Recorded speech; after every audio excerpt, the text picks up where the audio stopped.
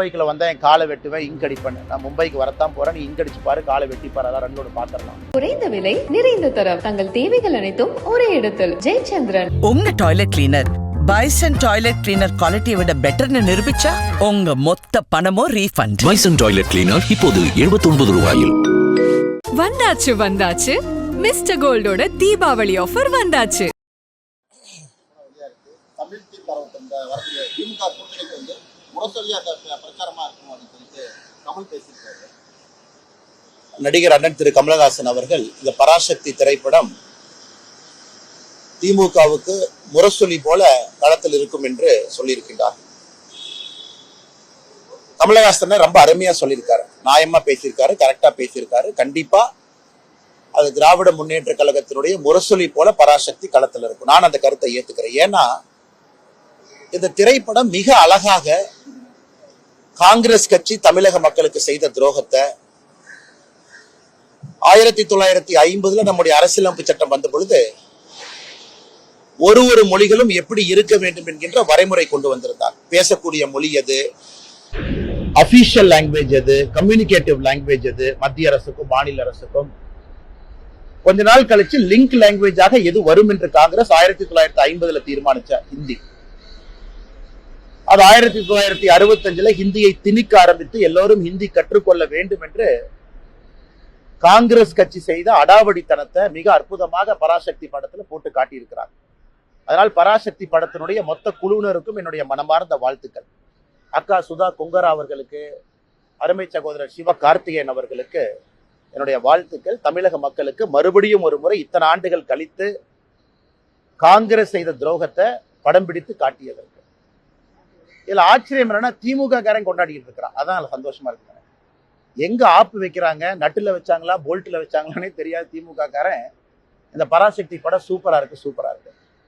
காங்கிரஸ் கட்சி எப்படி மக்கள் 2008 2009 இலங்கையில இனப்படுகொலைக்கு பிறகு மேலேயே வராம துரத்துனாங்களோ, காங்கிரஸோடு யாரெல்லாம் கூட்டணி வைக்கின்றார்களோ 2026 சட்டமன்ற தேர்தலில் பராசக்தி படம் திமுகவினுடைய முரசொலியாக அவர்களை அதே வீழ்த்தும். அதனாலதான் பேரு தீ பரவட்டம்னு அவங்களே வச்சுக்கிட்டாங்க. தீ வச்சிங்கன்னா முதல்ல வீட்டை தானே பிடிக்கும். வீட்டுக்குள்ள தீ வச்சா முதல்ல சொந்த வீட்டை பிடிக்கும், கூரையை பிடிக்கும், அந்த வீட்டுக்காரங்களை சுடும். அதனால இந்த பராசக்தி படம் முதல்ல திமுக என்கின்ற வீட்டை சுடட்டும். காங்கிரஸோடு கூட்டணியில யாரெல்லாம் இருக்கிறாங்களோ உங்க கூரையில தீ பரவட்டும். அதனால தீ பரவட்டும் நல்லா வச்சிருக்கிறாங்க. நான் இதுக்கு இன்னும் ஒரு வாரத்துல நம்முடைய முதலமைச்சர் இந்த படத்தை பார்த்துட்டு ரிவ்யூ போடுறதுக்காக வெயிட் பண்ணிட்டு இருக்கேன். நம்முடைய முதலமைச்சர் அவர்கள் வழக்கம் போல படத்தை பார்ப்பாங்க, கூட 4 பேர் உட்கார்ந்து இருப்பாங்க, கட்டி பிடிப்பாரு, முத்தம் கொடுப்பாரு, இதை பார்த்து கண் கலங்கிட்டேன், நெகிழ்ச்சி அடைஞ்சிட்டுன்னு சொல்லுவாரு. அந்த காட்சிக்காக பார்த்துக்கிட்டு இருக்கேன். அதனால நல்லா இருக்கட்டும், எல்லா மக்கள்லாம் போய் நல்லா பாருங்க. பார்த்துட்டு காங்கிரஸ் யாரோடு கூட்டணியில் இருக்கிறாங்களோ அந்த வாக்குச்சாவடி பக்கம் போய் ஓட்டு போடுறதுக்கே போயிடாது. ஏன்னா அவங்க என்னென்ன அநியாயம் செஞ்சாங்கன்னு அந்த படம் சொல்லுது. எல்லோரும் பார்க்க வேண்டிய திரைப்படம். ஏங்க வேலை இல்லாம 2 பேர் சுத்திட்டு இருக்கிறாங்க. அங்க பாத்தீங்கன்னா ஆதித்ய தாக்கரே, ராஜ் தாக்கரே, அவங்க எல்லாம் யாருங்க? அங்கிருந்து என்னை மிரட்டிட்டு இருக்கானுங்க. நான் பெருமைப்படுறேன். ஒரு விவசாயினுடைய பையன் இன்னைக்கு தாக்கரேவனுடைய கோபத்தை நான் சம்பாரிச்சிருக்கிறேன். எனக்கே அது ஆச்சரியம் தான். எங்க அப்பா படிச்சது 10வது, அம்மா படிச்சது 6வது.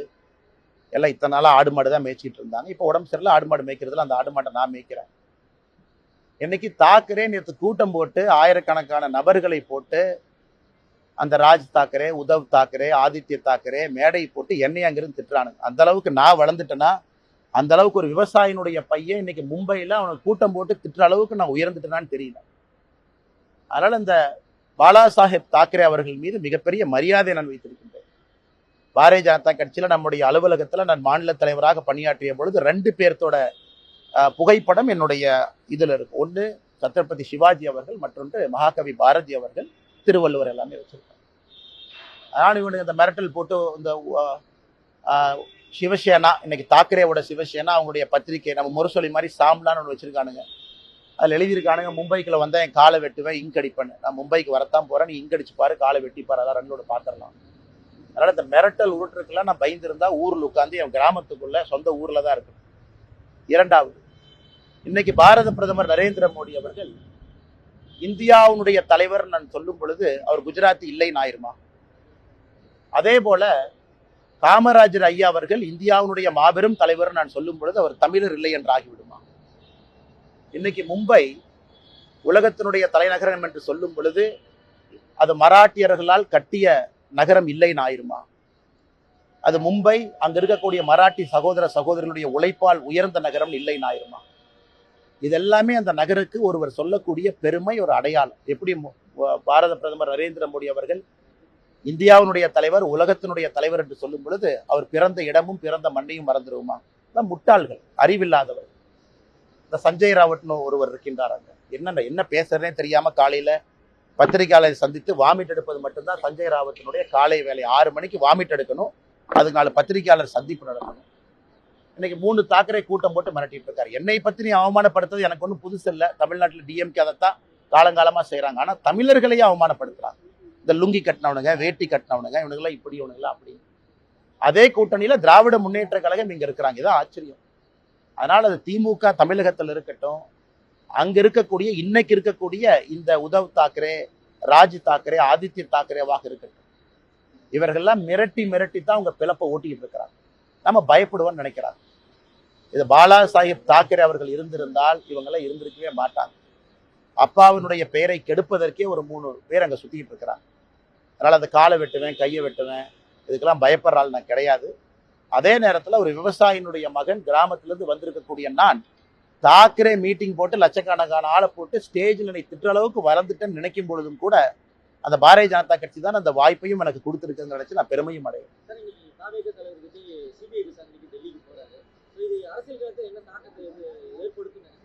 தெரியலீங்கன்னா சிபிஐ விசாரணை கூப்பிடுறாங்க. திரு விஜய் அவர்கள் விசாரணைக்கு போயிருக்கிறாங்க, சம்மன் கொடுத்துருக்குறாங்க. போய் எல்லாருமே அவங்க கருத்தை சொல்ல போறாங்க. ஒரு சம்மன் கொடுக்கறனால யாரும் குற்றவாளி ஆக போவது கிடையாது. நமக்கு சம்மன் கொடுக்குறாங்க, போறோம், சில வழக்குகளை பேசிட்டு வர்றோம், அதெல்லாம் ஓகேங்கண்ணா. அதனால முறைப்படி சம்மனுக்கு முறைப்படி அவங்க ஆஜராகிறாங்க. இதுல நான் எதுவும் உள்ள போந்து நான் கருத்து சொல்ல விரும்பல.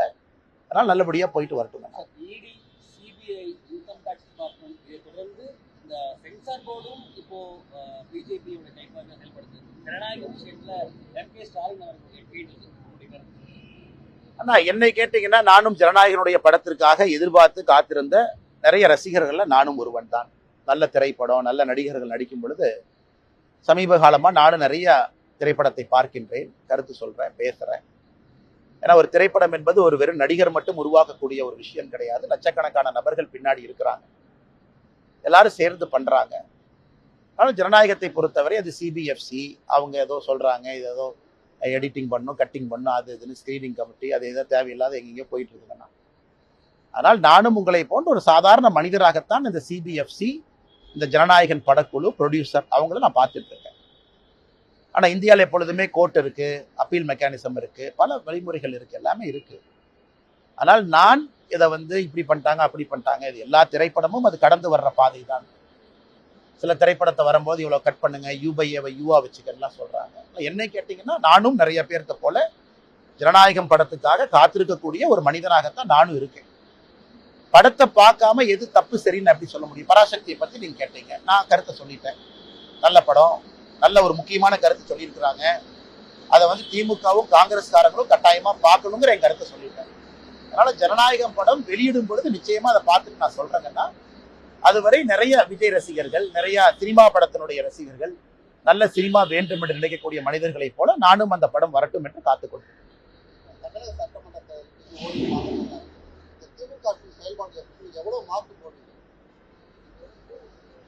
ஆனா ஒரு ஆட்சி என்று சொல்லும் பொழுது நிறை குறை என்று சொல்வார்கள்.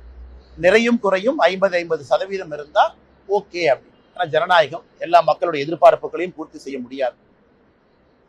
குறைகள் அதிகமாகவும் நிறைகள் மிக மிக குறைவாகவும் இருக்கக்கூடிய ஆட்சியாகத்தான் நான் பார்க்கிறேன். ஆனா ட்ரூ டெஸ்ட் என்பது வருகின்ற சட்டப்பேரவை தேர்தலில் மக்கள் தான் எஜமான்கள். அந்த எஜமான்கள் இவிஎம் மிஷின்ல அவங்க போய் முடிவு செய்வாங்க. அதனால எஜமான்கள் போடக்கூடிய மார்க்குக்காக காத்திருப்போம். நிறைய குறைகளும் கொஞ்சம் நிறைகளும் இருக்கக்கூடிய ஆட்சியாகத்தான் இந்த 4.5 ஆண்டு கால திராவிட முன்னேற்ற கழகத்தினுடைய ஆட்சி நான் பார்க்கிறேன். ஆனா மார்க்கு போட தகுதியானவங்க நம்முடைய எஜமான்கள் மக்கள். என்னை போன மனிதர்கள்லாம் மார்க் போட்டா அது சரியா இருக்காது.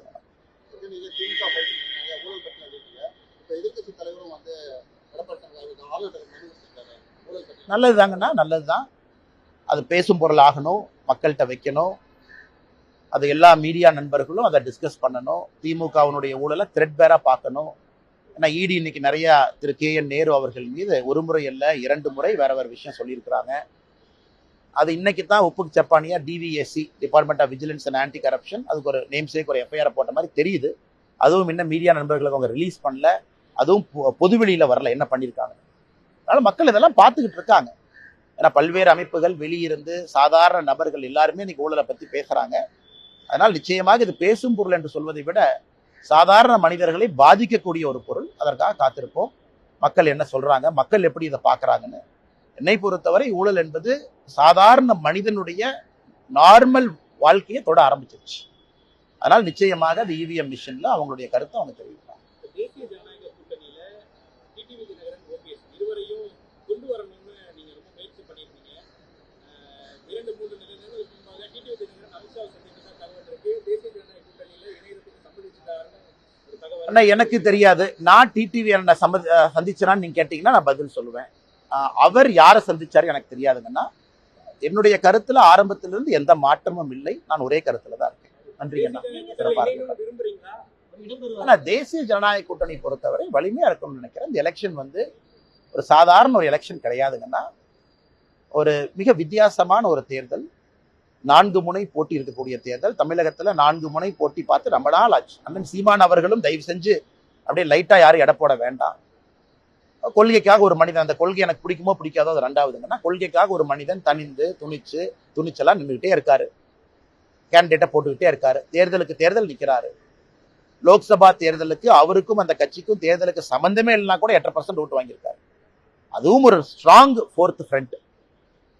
விஜய் அவர்கள் ஸ்ட்ராங்கா அவங்களுக்கு களத்துல வந்திருக்கிறாங்க. எல்லா இடத்துலயும் தொண்டர்கள் இருக்கிறாங்க.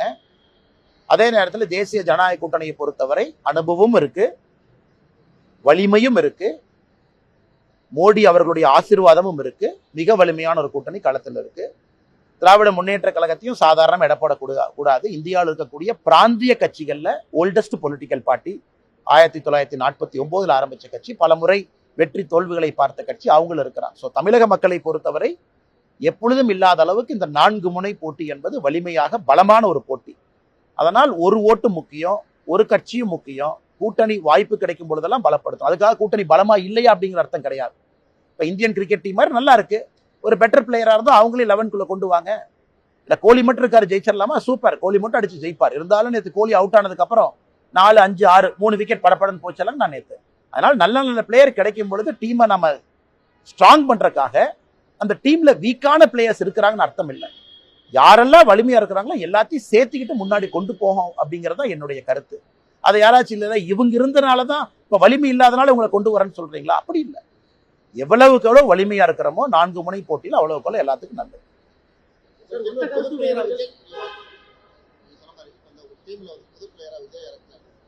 அண்ணே 11 பிளேயரு, அதுக்கு மேல ஃபீல்டிங் கோச்சு, பேட்டிங் கோச்சு, நிறைய கோச் இருக்கிறாங்க. அந்த கோச் எல்லாம் சேர்ந்து தீர்மானிக்கணும். அப்புறம் ஸ்பெக்டேட்டர் இருக்கிறாங்க, ஸ்பெக்டேட்டருக்கு அது பிடிக்கணும். இந்த கிரிக்கெட்டுங்கிறது வெறும் 11 பிளேயர் ஆடிட்டு வந்தா மட்டும் அழகு இல்லைங்கண்ணா. அந்த 11 பேரை பார்க்கறதுக்கு 1 லட்சம் பேர் போய் கை தட்டினா தான் அழகு. யாரு சேரணும், யாரு பிரியணும் அப்படிங்கிறதுக்கெல்லாம் பொறுத்திருந்து பார்ப்போம். காலம் தான் பதில் சொல்லும். நன்றிங்கண்ணா. அதிமுகவுடைய முன்னாள் அமைச்சர்கள் சொல்லிட்டு இருந்தாங்க. விஜயுடைய ஒத்த கருத்தும் அதுதான். திமுக சொல்றாரு அதிகப்படியான நேரம் இருக்கு, காலம் இருக்குங்கன்னா திமுகவை வீழ்த்துவது நோக்கமா? ஒத்த கருத்து எல்லாமே இணையணும். இல்ல அண்ணன் கேட்ட கேள்வி நான் ஆமோதிக்கிறேன். அண்ணன் கேட்ட கேள்வி நான் ஆமோதிக்கிறேன். அண்ணன் கேட்ட கேள்வி தவறு நான் சொல்லவே இல்லை. திமுகவை வீழ்த்துவது பிரதான நோக்கமா? ஒத்த கருத்து இருக்கவங்களா வரணுமா? ஓட் ஸ்பிளிட் ஆகக்கூடாதா? சரியான பார்வை தான். அந்த பார்வையில் எதுவும் தவறு இல்லை.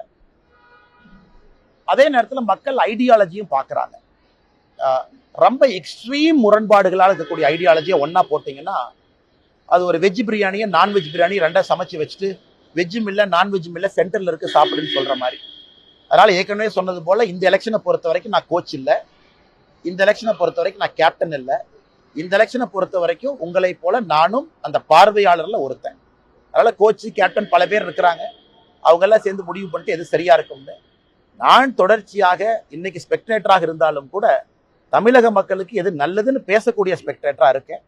காலம் பதில் சொல்லட்டும், காத்திருப்போம். சார் காங்கிரஸ் இதை விட என்ன சார் பேசுறது? தமிழ் தரவட்டம் இந்த வரக்கூடிய திமுக கூட்டணிக்கு வந்து முரசொல்லி அந்த பிரச்சாரமா இருக்கும் அப்படின்னு சொல்லிட்டு கமல் பேசியிருக்காரு. நடிகர் அண்ணன் திரு கமலஹாசன் அவர்கள் இந்த பராசக்தி திரைப்படம் திமுகவுக்கு முரசொலி போல களத்தில் இருக்கும் என்று சொல்லியிருக்கின்றார். கமலஹாசன் ரொம்ப அருமையா சொல்லியிருக்காரு, நியாயமா பேசியிருக்காரு, கரெக்டா பேசியிருக்காரு. கண்டிப்பா அது திராவிட முன்னேற்ற கழகத்தினுடைய முரசொலி போல பராசக்தி களத்தில் இருக்கும். நான் அந்த கருத்தை ஏத்துக்கிறேன். ஏன்னா இந்த திரைப்படம் மிக அழகாக காங்கிரஸ் கட்சி தமிழக மக்களுக்கு செய்த துரோகத்தை 1950 நம்முடைய அரசியலமைப்பு சட்டம் வந்த பொழுது ஒரு மொழிகளும் எப்படி இருக்க வேண்டும் என்கின்ற வரைமுறை கொண்டு வந்திருந்தார். பேசக்கூடிய மொழி எது, அபிஷியல் லாங்குவேஜ் எது, கம்யூனிகேட்டிவ் லாங்குவேஜ் எது, மத்திய அரசுக்கும் மாநில அரசுக்கும். கொஞ்ச நாள் கழிச்சு லிங்க் லாங்குவேஜாக எது வரும் என்று காங்கிரஸ் 1950 தீர்மானிச்ச ஹிந்தி.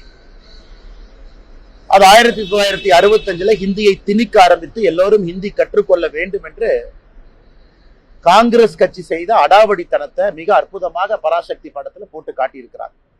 அதனால் பராசக்தி படத்தினுடைய மொத்த குழுவினருக்கும் என்னுடைய மனமார்ந்த வாழ்த்துக்கள். அக்கா சுதா கொங்கரா அவர்களுக்கு, அருமை சகோதரர் சிவ கார்த்திகேயன் அவர்களுக்கு என்னுடைய வாழ்த்துக்கள். தமிழக மக்களுக்கு மறுபடியும் ஒரு முறை இத்தனை ஆண்டுகள் கழித்து காங்கிரஸ் செய்த துரோகத்தை படம் பிடித்து காட்டியதற்கு. இதுல ஆச்சரியம் என்னன்னா திமுக காரன் கொண்டாடிட்டு இருக்கிறான். அதான் சந்தோஷமா இருக்கு. எங்க ஆப்பு வைக்கிறாங்க, நட்டுல வச்சாங்களா போல்ட்ல வச்சாங்களானே தெரியாது திமுக காரன். இந்த பராசக்தி படம் சூப்பரா இருக்கு. காங்கிரஸ் கட்சி எப்படி மக்கள் 2008 2009 இலங்கையில இனப்படுகொலைக்கு பிறகு மேலேயே வராம துரத்துனாங்களோ, காங்கிரஸோடு யாரெல்லாம் கூட்டணி வைக்கின்றார்களோ 2026 சட்டமன்ற தேர்தல்ல பராசக்தி படம் திமுகவினுடைய முரசொலியாக அவர்களை அதே வீழ்த்தும். அதனாலதான் பேரு தீ பரவட்டம்னு அவங்களே வச்சுக்கிட்டாங்க. தீ வச்சிங்கன்னா முதல்ல வீட்டை தானே பிடிக்கும். வீட்டுக்குள்ள தீ வச்சா முதல்ல சொந்த வீட்டை பிடிக்கும், கூரையை பிடிக்கும், அந்த வீட்டுக்காரங்களை சுடும். அதனால இந்த பராசக்தி படம் முதல்ல திமுக என்கின்ற வீட்டை சுடுட்டும். காங்கிரஸோடு கூட்டணியில யாரெல்லாம் இருக்கிறாங்களோ உங்க கூரையில தீ பரவட்டும். அதனால தீ பரவட்டும் நல்லா வச்சிருக்கிறாங்க. நான் இதுக்கு இன்னும் ஒரு வாரத்துல நம்முடைய முதலமைச்சர் இந்த படத்தை பார்த்துட்டு ரிவ்யூ போடுறதுக்காக வெயிட் பண்ணிட்டு இருக்கேன். நம்முடைய முதலமைச்சர் அவர்கள் வழக்கம் போல படத்தை பார்ப்பாங்க, கூட 4 பேர் உட்கார்ந்துருப்பாங்க, கட்டி பிடிப்பாரு, முத்தம் கொடுப்பாரு, இதை பார்த்து கண் கலங்கிட்டேன், நெகிழ்ச்சி அடைஞ்சிட்டுன்னு சொல்லுவாரு. அந்த காட்சிக்காக பார்த்துக்கிட்டு இருக்கேன். அதனால நல்லா இருக்கட்டும், எல்லா மக்கள்லாம் போய் நல்லா பாருங்க. பார்த்துட்டு காங்கிரஸ் யாரோடு கூட்டணியில் இருக்கிறாங்களோ அந்த வாக்குச்சாவடி பக்கம் போய் ஓட்டு போடுறதுக்கே போயிடாது. ஏன்னா அவங்க என்னென்ன அநியாயம் செஞ்சாங்கன்னு அந்த படம் சொல்லுது. எல்லோரும் பார்க்க வேண்டிய திரைப்படம். ஏங்க வேலை இல்லாம 2 பேர் சுத்திட்டு இருக்கிறாங்க. அங்க பாத்தீங்கன்னா ஆதித்ய தாக்கரே, ராஜ் தாக்கரே, அவங்க எல்லாம் யாருங்க? அங்கிருந்து என்னை மிரட்டிட்டு இருக்கானுங்க. நான் பெருமைப்படுறேன். ஒரு விவசாயினுடைய பையன் இன்னைக்கு தாக்கரேவனுடைய கோபத்தை நான் சம்பாரிச்சிருக்கிறேன். எனக்கே அது ஆச்சரியம் தான். எங்க அப்பா படிச்சது 10வது, அம்மா படிச்சது 6வது. எல்லாம் இத்தனை நாளா ஆடு மாடு தான் மேய்ச்சிட்டு இருந்தாங்க. இப்போ உடம்பு சரியில்லை, ஆடு மாடு மேய்க்கிறதுல அந்த ஆடு மாட்டை நான் மேய்க்கிறேன். இன்னைக்கு தாக்கரே நேற்று கூட்டம் போட்டு ஆயிரக்கணக்கான நபர்களை போட்டு அந்த ராஜ் தாக்கரே, உத்தவ் தாக்கரே, ஆதித்ய தாக்கரே மேடை போட்டு என்னை அங்கிருந்து திட்டுறானுங்க. அந்த அளவுக்கு நான் வளர்ந்துட்டேன்னா, அந்த அளவுக்கு ஒரு விவசாயினுடைய பையன் இன்னைக்கு மும்பையில் அவனுக்கு கூட்டம் போட்டு திட்டுற அளவுக்கு நான் உயர்ந்துட்டேனான்னு தெரியல. அதனால இந்த பாலா சாஹேப் தாக்கரே அவர்கள் மீது மிகப்பெரிய மரியாதை நான் வைத்திருக்கின்றேன். பாரதிய ஜனதா கட்சியில நம்முடைய அலுவலகத்துல நான் மாநில தலைவராக பணியாற்றிய பொழுது 2 பேர்த்தோட புகைப்படம் என்னுடைய இதுல இருக்கு. ஒன்று சத்ரபதி சிவாஜி அவர்கள், மற்றொன்று மகாகவி பாரதி அவர்கள், திருவள்ளுவர் எல்லாமே வச்சிருக்காங்க. அதனால இவனுக்கு இந்த மிரட்டல் போட்டு இந்த சிவசேனா, இன்னைக்கு தாக்கரேவோட சிவசேனா அவங்களுடைய பத்திரிகை நம்ம முரசொலி மாதிரி சாம்லான்னு ஒன்று வச்சிருக்கானுங்க. அதில் எழுதியிருக்கானுங்க, மும்பைக்குள்ள வந்தா என் காலை வெட்டுவேன், இங்க் அடிப்பேன்னு. நான் மும்பைக்கு வரத்தான் போறேன், நீ இங்க் அடிச்சு பாரு, காலை வெட்டிப்பாரு, அதான் 2 பார்த்துடலாம். அதனால இந்த மிரட்டல் உருட்டுருக்கெல்லாம் நான் பயந்துருந்தா ஊர்ல உட்காந்து என் கிராமத்துக்குள்ள சொந்த ஊர்ல தான் இருக்கு. 2வது, இன்னைக்கு பாரத பிரதமர் நரேந்திர மோடி அவர்கள் இந்தியாவுடைய தலைவர் நான் சொல்லும் பொழுது அவர் குஜராத்தி இல்லைன்னு ஆயிருமா? அதே போல காமராஜர் ஐயா அவர்கள் இந்தியாவுடைய மாபெரும் தலைவர் நான் சொல்லும் பொழுது அவர் தமிழர் இல்லை என்று ஆகிவிடுமா? இன்னைக்கு மும்பை உலகத்தினுடைய தலைநகரம் என்று சொல்லும் பொழுது அது மராட்டியர்களால் கட்டிய நகரம் இல்லைன்னு ஆயிருமா? அது மும்பை அங்க இருக்கக்கூடிய மராட்டி சகோதர சகோதரர்களுடைய உழைப்பால் உயர்ந்த நகரம் இல்லைன்னு ஆயிருமா? இதெல்லாமே அந்த நகருக்கு ஒருவர் சொல்லக்கூடிய பெருமை, ஒரு அடையாளம். எப்படி பாரத பிரதமர் நரேந்திர மோடி அவர்கள் இந்தியாவினுடைய தலைவர் உலகத்தினுடைய தலைவர் என்று சொல்லும் பொழுது அவர் பிறந்த இடமும் பிறந்த மண்ணையும் மறந்துடுவோமா? முட்டாள்கள், அறிவில்லாதவர். இந்த சஞ்சய் ராவட்னு ஒருவர் இருக்கின்றார். அங்க என்ன பேசுறதே தெரியாம காலையில பத்திரிகையாளரை சந்தித்து வாமிட் எடுப்பது மட்டும்தான் சஞ்சய் ராவத்தினுடைய காலை வேலை. 6 மணிக்கு வாமிட் எடுக்கணும், அதுக்கு 4 பத்திரிகையாளர் சந்திப்பு நடக்கணும். இன்னைக்கு 3 தாக்கரே கூட்டம் போட்டு மிரட்டிட்டு இருக்காரு. என்னை பத்தி நீ அவமானப்படுத்துறது எனக்கு ஒன்றும் புதுசு இல்லை. தமிழ்நாட்டில் டிஎம்கே அதைத்தான் காலங்காலமா செய்யறாங்க. ஆனா தமிழர்களையே அவமானப்படுத்துறாங்க. இந்த லுங்கி கட்டினவனுங்க, வேட்டி கட்டினவனுங்க, இவனுங்களாம் இப்படி, இவனுங்களாம் அப்படி. அதே கூட்டணியில திராவிட முன்னேற்ற கழகம் இங்க இருக்கிறாங்க. இதான் ஆச்சரியம். அதனால அது திமுக தமிழகத்தில் இருக்கட்டும், அங்க இருக்கக்கூடிய இன்னைக்கு இருக்கக்கூடிய இந்த உத்தவ் தாக்கரே, ராஜ் தாக்கரே, ஆதித்ய தாக்கரேவாக இருக்கட்டும், இவர்கள்லாம் மிரட்டி தான் உங்க பிளப்பை ஓட்டிக்கிட்டு இருக்கிறாங்க. நம்ம பயப்படுவோம்னு நினைக்கிறாங்க. இது பாலா சாஹிப் தாக்கரே அவர்கள் இருந்திருந்தால் இவங்கெல்லாம் இருந்திருக்கவே மாட்டாங்க. அப்பாவினுடைய பெயரை கெடுப்பதற்கே ஒரு 3 பேர் அங்க சுத்திக்கிட்டு இருக்கிறாங்க. அதனால அந்த காலை வெட்டுவேன், கையை வெட்டுவேன், இதுக்கெல்லாம் பயப்படுற ஆள் நான் கிடையாது. அதே நேரத்தில் ஒரு விவசாயினுடைய மகன் கிராமத்திலிருந்து வந்திருக்கக்கூடிய நான் தாக்கரே மீட்டிங் போட்டு லட்சக்கணக்கான ஆளை போட்டு ஸ்டேஜில் என்னை திட்டுற அளவுக்கு வளர்ந்துட்டேன்னு நினைக்கும் பொழுதும் கூட அந்த பாரதிய ஜனதா கட்சி தான் அந்த வாய்ப்பையும் எனக்கு கொடுத்துருக்குன்னு நினைச்சு நான் பெருமையும் அடையும்.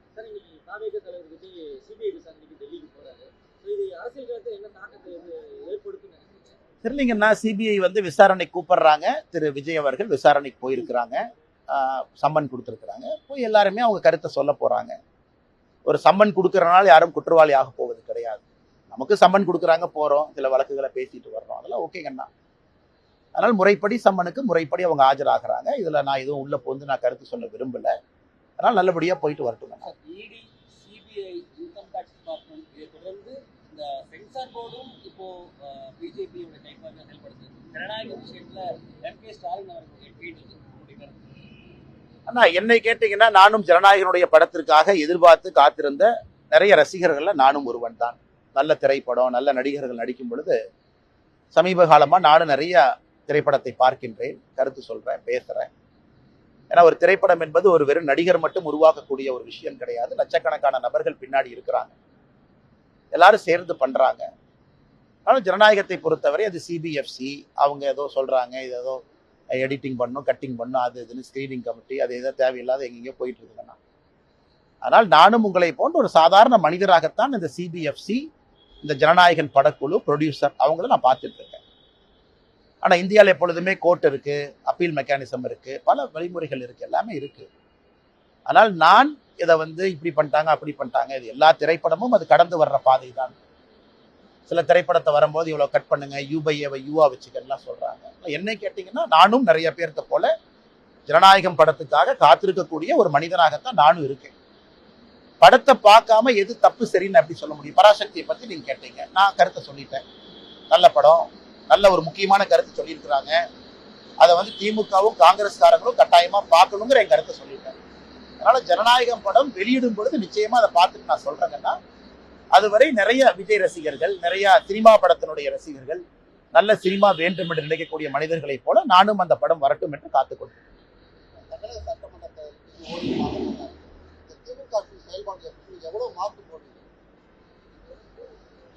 ஆனா ஒரு ஆட்சி என்று சொல்லும் பொழுது நிறை குறை என்று சொல்வார்கள். நிறையும் குறையும் 50-50% இருந்தா ஓகே அப்படி. ஆனா ஜனநாயகம் எல்லா மக்களுடைய எதிர்பார்ப்புகளையும் பூர்த்தி செய்ய முடியாது. குறைகள் அதிகமாகவும் நிறைகள் மிக மிக குறைவாகவும் இருக்கக்கூடிய ஆட்சியாகத்தான் நான் பார்க்கிறேன். ஆனா ட்ரூ டெஸ்ட் என்பது வருகின்ற சட்டப்பேரவை தேர்தலில் மக்கள் தான் எஜமான்கள். அந்த எஜமான்கள் இவிஎம் மிஷின்ல அவங்க போய் முடிவு செய்வாங்க. அதனால எஜமான்கள் போடக்கூடிய மார்க்குக்காக காத்திருப்போம். நிறைய குறைகளும் கொஞ்சம் நிறைகளும் இருக்கக்கூடிய ஆட்சியாகத்தான் இந்த 4.5 ஆண்டு கால திராவிட முன்னேற்ற கழகத்தினுடைய ஆட்சி நான் பார்க்கிறேன். ஆனா மார்க்கு போட தகுதியானவங்க நம்முடைய எஜமான்கள் மக்கள். என்னை போன மனிதர்கள்லாம் மார்க் போட்டா அது சரியா இருக்காதுங்க.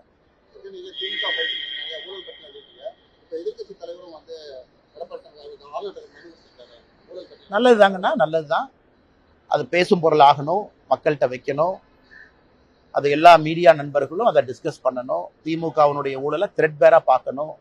ஏன்னா இடி இன்னைக்கு நிறைய திரு KN நேரு அவர்கள் மீது 1 முறை அல்ல 2 முறை வேற விஷயம் சொல்லியிருக்கிறாங்க. அது இன்னைக்கு தான் உப்புக்கு சப்பானியா DVSC, department of vigilance and anti corruption, அதுக்கு ஒரு நேம் சேக், ஒரு FIR போட்ட மாதிரி தெரியுது. அதுவும் இன்னும் மீடியா நண்பர்களுக்கு அவங்க ரிலீஸ் பண்ணல, அதுவும் பொதுவெளியில வரல என்ன பண்ணியிருக்காங்க. அதனால மக்கள் இதெல்லாம் பார்த்துக்கிட்டு இருக்காங்க. ஏன்னா பல்வேறு அமைப்புகள் வெளியிருந்து சாதாரண நபர்கள் எல்லாருமே இன்னைக்கு ஊழலை பத்தி பேசுறாங்க. அதனால் நிச்சயமாக இது பேசும் பொருள் என்று சொல்வதை விட சாதாரண மனிதர்களை பாதிக்கக்கூடிய ஒரு பொருள். அதற்காக காத்திருப்போம். மக்கள் என்ன சொல்றாங்க, மக்கள் எப்படி இதை பார்க்கறாங்கன்னு. என்னை பொறுத்தவரை ஊழல் என்பது சாதாரண மனிதனுடைய நார்மல் வாழ்க்கையை தொட ஆரம்பிச்சிருச்சு. அதனால் நிச்சயமாக அது இவிஎம் மிஷின்ல அவங்களுடைய கருத்தை அவங்க தெரிவிப்பாங்க. தேசிய ஜனநாயக கூட்டணியில டிடிவி தினகரன் ஓபிஎஸ் இருவரையும் கொண்டு வரணும்னு நீங்க ரொம்ப முயற்சி பண்ணியிருக்கீங்க.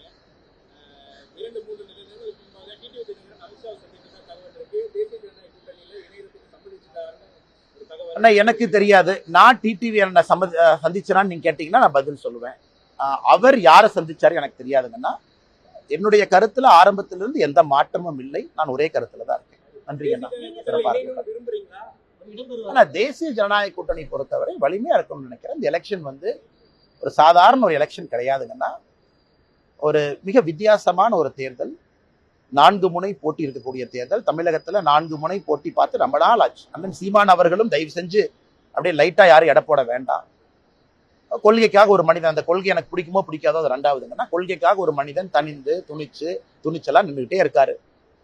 கேண்டிடேட்டை போட்டுக்கிட்டே இருக்காரு. தேர்தலுக்கு தேர்தல் நிற்கிறாரு. லோக்சபா தேர்தலுக்கு அவருக்கும் அந்த கட்சிக்கும் தேர்தலுக்கு சம்பந்தமே இல்லைன்னா கூட 8% ஓட்டு வாங்கியிருக்காரு. அதுவும் ஒரு ஸ்ட்ராங் 4th ஃப்ரண்ட். விஜய் அவர்கள் ஸ்ட்ராங்கா அவங்களுக்கு களத்துல வந்திருக்கிறாங்க. எல்லா இடத்துலயும் தொண்டர்கள் இருக்கிறாங்க. அதே நேரத்தில் தேசிய ஜனநாயக கூட்டணியை பொறுத்தவரை அனுபவமும் இருக்கு, வலிமையும் இருக்கு, மோடி அவர்களுடைய ஆசீர்வாதமும் இருக்கு. மிக வலிமையான ஒரு கூட்டணி களத்தில் இருக்கு. திராவிட முன்னேற்ற கழகத்தையும் சாதாரண இடப்பட கூடாது. இந்தியாவில் இருக்கக்கூடிய பிராந்திய கட்சிகள்ல ஓல்டஸ்ட் பொலிட்டிக்கல் பார்ட்டி. 1949 ஆரம்பிச்ச கட்சி, பல முறை வெற்றி தோல்விகளை பார்த்த கட்சி அவங்களும் இருக்கிறாங்க. ஸோ தமிழக மக்களை பொறுத்தவரை எப்பொழுதும் இல்லாத அளவுக்கு இந்த 4 முனை போட்டி என்பது வலிமையாக பலமான ஒரு போட்டி. அதனால் ஒரு ஓட்டு முக்கியம், ஒரு கட்சியும் முக்கியம். கூட்டணி வாய்ப்பு கிடைக்கும் பொழுதெல்லாம் பலப்படுத்தும். அதுக்காக கூட்டணி பலமா இல்லையா அப்படிங்கிற அர்த்தம் கிடையாது. இப்ப இந்தியன் கிரிக்கெட் டீம் மாதிரி நல்லா இருக்கு, ஒரு பெட்டர் பிளேயரா இருந்தா அவங்களே 11க்குள்ள கொண்டு வாங்க. இல்ல கோலி மட்டும் இருக்காரு ஜெயிச்சிடலாமா? சூப்பர், கோலி மட்டும் அடிச்சு ஜெயிப்பார். இருந்தாலும் நேற்று கோலி அவுட் ஆனதுக்கு அப்புறம் 4, 5, 6 3 விக்கெட் படப்படன்னு போச்சலாம் நான் நேற்று. அதனால நல்ல நல்ல பிளேயர் கிடைக்கும் பொழுது டீமை நம்ம ஸ்ட்ராங் பண்றதுக்காக அந்த டீம்ல வீக்கான பிளேயர்ஸ் இருக்கிறாங்கன்னு அர்த்தம் இல்லை. யாரெல்லாம் வலிமையா இருக்கிறாங்களோ எல்லாத்தையும் சேர்த்துக்கிட்டு முன்னாடி கொண்டு போகும் அப்படிங்கறத என்னுடைய கருத்து. அதை யாராச்சும் இல்லை இவங்க இருந்தனாலதான் இப்ப வலிமை இல்லாதனால உங்களை கொண்டு வரேன்னு சொல்றீங்களா? அப்படி இல்லை. எவ்வளவுக்கு எவ்வளவு வலிமையா இருக்கிறோமோ 4 முனை போட்டியில் அவ்வளவுக்கு எவ்வளவு எல்லாத்துக்கும் நல்லது.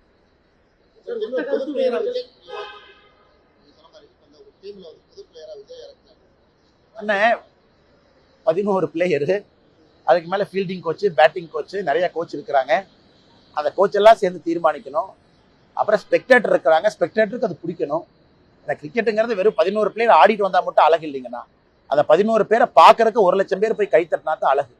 யாரு சேரணும், யாரு பிரியணும் அப்படிங்கிறதுக்கெல்லாம் பொறுத்திருந்து பார்ப்போம். காலம் தான் பதில் சொல்லும். நன்றிங்கண்ணா.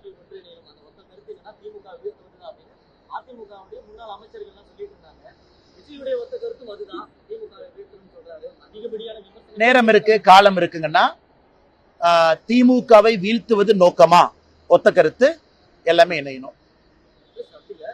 இல்ல அண்ணன் கேட்ட கேள்வி நான் ஆமோதிக்கிறேன். அண்ணன் கேட்ட கேள்வி தவறு நான் சொல்லவே இல்லை. திமுகவை வீழ்த்துவது பிரதான நோக்கமா? ஒத்த கருத்து இருக்கவங்களாம் வரணுமா? ஓட் ஸ்பிளிட் ஆகக்கூடாதா? சரியான பார்வை தான். அந்த பார்வையில் எதுவும் தவறு இல்லை. அதே நேரத்தில் மக்கள் ஐடியாலஜியும் பார்க்குறாங்க.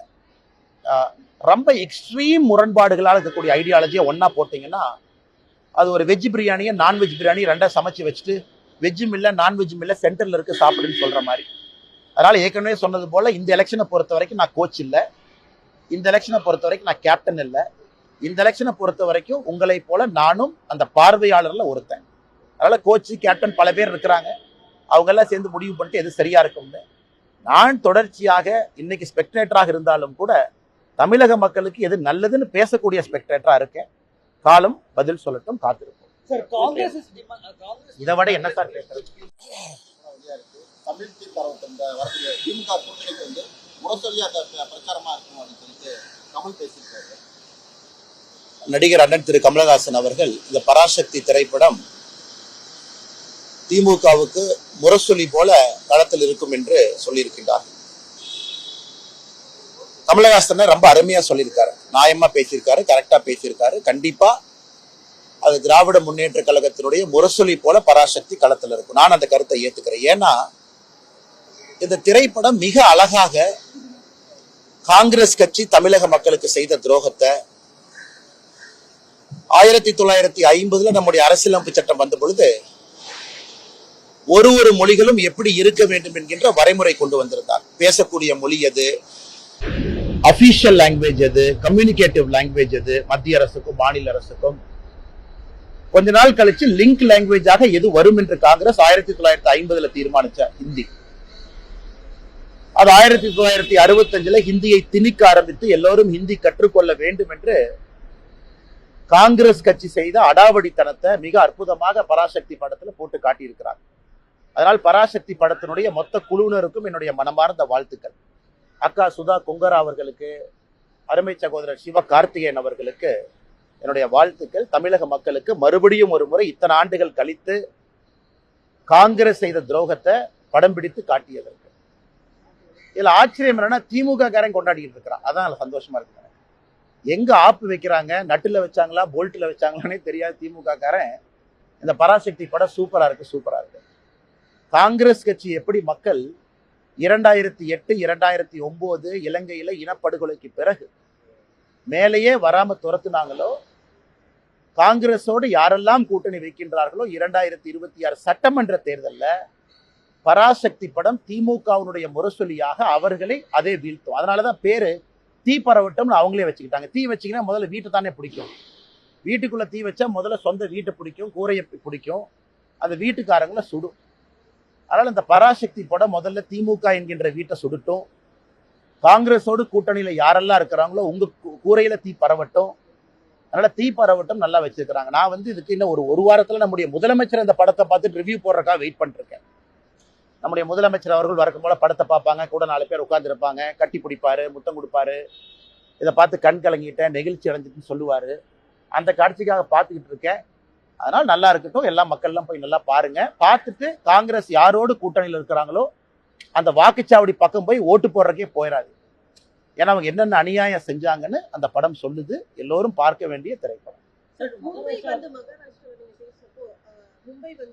ஏங்க வேலை இல்லாம 2 பேர் சுத்திட்டு இருக்கிறாங்க. அங்க பாத்தீங்கன்னா ஆதித்ய தாக்கரே, ராஜ் தாக்கரே, இவங்க எல்லாம் யாருங்க? அங்கிருந்து என்னை மிரட்டிட்டு இருக்கானுங்க. நான் பெருமைப்படுறேன். ஒரு விவசாயினுடைய பையன் இன்னைக்கு தாக்கரேவனுடைய கோபத்தை நான் சம்பாரிச்சிருக்கிறேன். எனக்கே அது ஆச்சரியம் தான். எங்க அப்பா படிச்சது 10வது, அம்மா படிச்சது 6வது. எல்லாம் இத்தனை நாளா ஆடு மாடு தான் மேய்ச்சிட்டு இருந்தாங்க. இப்போ உடம்பு சரியில்லை, ஆடு மாடு மேய்க்கிறதுல அந்த ஆடு மாட்டை நான் மேய்க்கிறேன். இன்னைக்கு தாக்கரே நேற்று கூட்டம் போட்டு ஆயிரக்கணக்கான நபர்களை போட்டு அந்த ராஜ் தாக்கரே, உத்தவ் தாக்கரே, ஆதித்ய தாக்கரே மேடை போட்டு என்னை அங்கிருந்து திட்டுறானுங்க. அந்த அளவுக்கு நான் வளர்ந்துட்டேன்னா, அந்த அளவுக்கு ஒரு விவசாயினுடைய பையன் இன்னைக்கு மும்பையில் அவனுக்கு கூட்டம் போட்டு திட்டுற அளவுக்கு நான் உயர்ந்துட்டேனான்னு தெரியல. அதனால இந்த பாலா சாஹேப் தாக்கரே அவர்கள் மீது மிகப்பெரிய மரியாதை நான் வைத்திருக்கின்றேன். பாரதிய ஜனதா கட்சியில நம்முடைய அலுவலகத்துல நான் மாநில தலைவராக பணியாற்றிய பொழுது 2 பேர்த்தோட புகைப்படம் என்னுடைய இதுல இருக்கு. ஒன்று சத்ரபதி சிவாஜி அவர்கள், மற்றொன்று மகாகவி பாரதி அவர்கள், திருவள்ளுவர் எல்லாமே வச்சிருக்காங்க. ஆனால் இவனுக்கு இந்த மிரட்டல் போட்டு இந்த சிவசேனா, இன்னைக்கு தாக்கரேவோட சிவசேனா அவங்களுடைய பத்திரிகை நம்ம முரசொலி மாதிரி சாம்லான்னு ஒன்று வச்சிருக்கானுங்க. அதில் எழுதியிருக்கானுங்க, மும்பைக்குள்ள வந்தால் என் காலை வெட்டுவேன், இங்க் அடிப்பேன். நான் மும்பைக்கு வரத்தான் போறேன், நீ இங்க் அடிச்சு பாரு, காலை வெட்டிப்பாரு, அதான் 2 பார்த்துடலாம். அதனால இந்த மிரட்டல் உருட்டுருக்கெல்லாம் நான் பயந்துருந்தா ஊரில் உட்காந்து என் கிராமத்துக்குள்ள சொந்த ஊர்ல தான் இருக்கு. 2வது, இன்னைக்கு பாரத பிரதமர் நரேந்திர மோடி அவர்கள் இந்தியாவுடைய தலைவர் நான் சொல்லும் பொழுது அவர் குஜராத்தி இல்லைன்னு ஆயிருமா? அதே போல காமராஜர் ஐயா அவர்கள் இந்தியாவுடைய மாபெரும் தலைவர் நான் சொல்லும் பொழுது அவர் தமிழர் இல்லை என்று ஆகிவிடுமா? இன்னைக்கு மும்பை உலகத்தினுடைய தலைநகரம் என்று சொல்லும் பொழுது அது மராட்டியர்களால் கட்டிய நகரம் இல்லைன்னு ஆயிருமா? அது மும்பை அங்க இருக்கக்கூடிய மராட்டி சகோதர சகோதரர்களுடைய உழைப்பால் உயர்ந்த நகரம் இல்லைன்னு ஆயிருமா? இதெல்லாமே அந்த நகருக்கு ஒருவர் சொல்லக்கூடிய பெருமை, ஒரு அடையாளம். எப்படி பாரத பிரதமர் நரேந்திர மோடி அவர்கள் இந்தியாவினுடைய தலைவர், உலகத்தினுடைய தலைவர் என்று சொல்லும் பொழுது அவர் பிறந்த இடமும் பிறந்த மண்ணையும் மறந்துடுவோமா? முட்டாள்கள், அறிவில்லாதவர். இந்த சஞ்சய் ராவட்னு ஒருவர் இருக்கின்றார். என்ன பேசுறதே தெரியாம காலையில பத்திரிகையாளரை சந்தித்து வாமிட் எடுப்பது மட்டும்தான் சஞ்சய் ராவத்தினுடைய காலை வேலை. 6 மணிக்கு வாமிட் எடுக்கணும், அதுக்கு 4 பத்திரிகையாளர் சந்திப்பு நடக்கணும். இன்னைக்கு 3 தாக்கரே கூட்டம் போட்டு மிரட்டிட்டு இருக்காரு. என்னை பத்தி நீ அவமானப்படுத்துறது எனக்கு ஒன்றும் புதுசு இல்லை. தமிழ்நாட்டில் டிஎம்கே அதைத்தான் காலங்காலமா செய்யறாங்க. ஆனா தமிழர்களையே அவமானப்படுத்துறாங்க. இந்த லுங்கி கட்டினவனுங்க, வேட்டி கட்டினவனுங்க, இவனுங்களாம் இப்படி, இவனுங்களாம் அப்படி.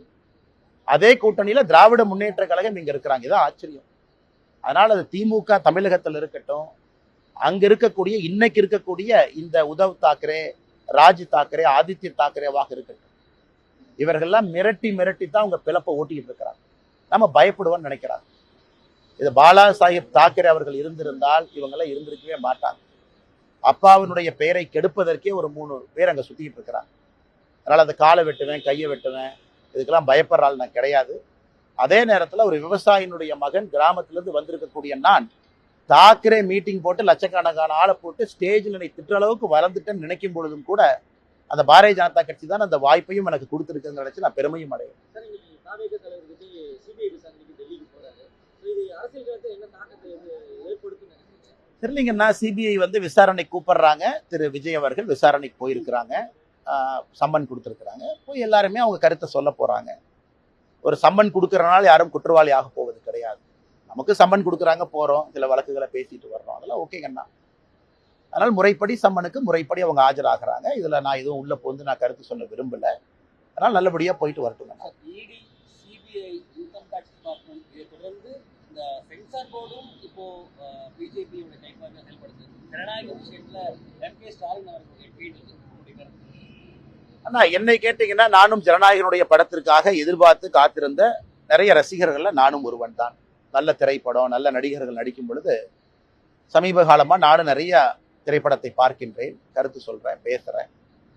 ஏன்னா ஒரு திரைப்படம் என்பது ஒரு வெறும் நடிகர் மட்டும் உருவாக்கக்கூடிய ஒரு விஷயம் கிடையாது. லட்சக்கணக்கான நபர்கள் பின்னாடி இருக்கிறாங்க, எல்லாரும் சேர்ந்து பண்றாங்க. ஆனால் ஜனநாயகத்தை பொறுத்தவரை அது சிபிஎஃப்சி அவங்க ஏதோ சொல்றாங்க, இது ஏதோ எடிட்டிங் பண்ணும், கட்டிங் பண்ணும், அது இதுன்னு ஸ்கிரீனிங் கமிட்டி, அது ஏதோ தேவையில்லாத எங்கெங்கயோ போயிட்டு இருக்குங்கண்ணா. ஆனால் நானும் உங்களை போன்ற ஒரு சாதாரண மனிதராகத்தான் இந்த சிபிஎஃப்சி, இந்த ஜனநாயகன் படக்குழு, ப்ரொடியூசர் அவங்கள நான் பார்த்துட்டு இருக்கேன். ஆனால் இந்தியாவில் எப்பொழுதுமே கோர்ட் இருக்கு, அப்பீல் மெக்கானிசம் இருக்கு, பல வழிமுறைகள் இருக்கு, எல்லாமே இருக்கு. ஆனால் நான் இதை இப்படி பண்ணிட்டாங்க, அப்படி பண்ணிட்டாங்க, இது எல்லா திரைப்படமும் அது கடந்து வர்ற பாதை தான்.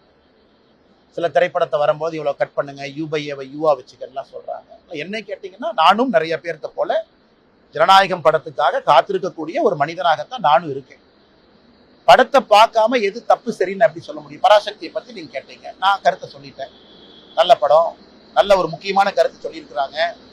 அதை திமுகவும் காங்கிரஸ்காரங்களும் கட்டாயமா பார்க்கணுங்கிற என் கருத்தை சொல்லிட்டேன்.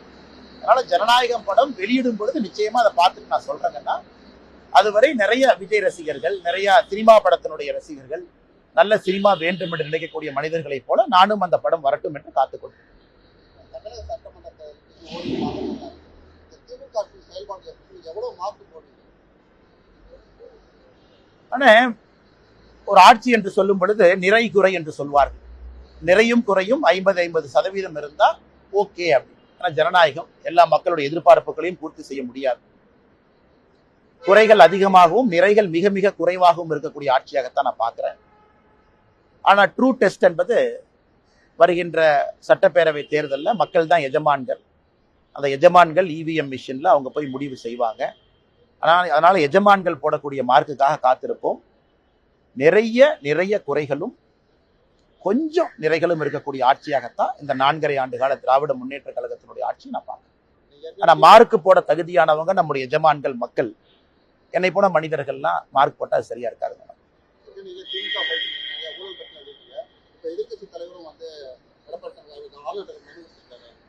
நல்லதுதாங்கண்ணா, நல்லதுதான். அது பேசும் பொருள் ஆகணும், மக்கள்கிட்ட வைக்கணும். அது எல்லா மீடியா நண்பர்களும் அதை டிஸ்கஸ் பண்ணணும். திமுகவினுடைய ஊழலை த்ரெட்பேரா பார்க்கணும். ஏன்னா இடி இன்னைக்கு நிறைய திரு KN நேரு அவர்கள் மீது 1 முறை அல்ல 2 முறை வேற விஷயம் சொல்லியிருக்கிறாங்க. அது இன்னைக்கு தான் உப்புக்கு சப்பானியா DVSC, department of vigilance and anti corruption, அதுக்கு ஒரு நேம் சேக் ஒரு FIR போட்ட மாதிரி தெரியுது. அதுவும் இன்னும் மீடியா நண்பர்களுக்கு அவங்க ரிலீஸ் பண்ணல, அதுவும் பொதுவெளியில வரல என்ன பண்ணியிருக்காங்க. அதனால மக்கள் இதெல்லாம் பார்த்துக்கிட்டு இருக்காங்க. ஏன்னா பல்வேறு அமைப்புகள் வெளியிருந்து சாதாரண நபர்கள் எல்லாருமே இன்னைக்கு ஊழலை பத்தி பேசுறாங்க.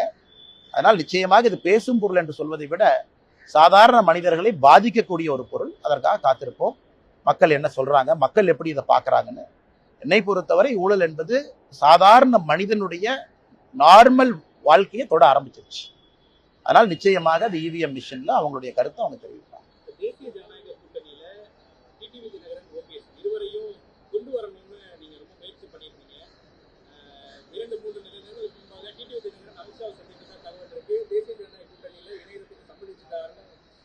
ஆனா எனக்கு தெரியாது. நான் டிடிவி என்ன சந்திச்சனான்னு நீங்க கேட்டீங்கன்னா நான் பதில் சொல்லுவேன்.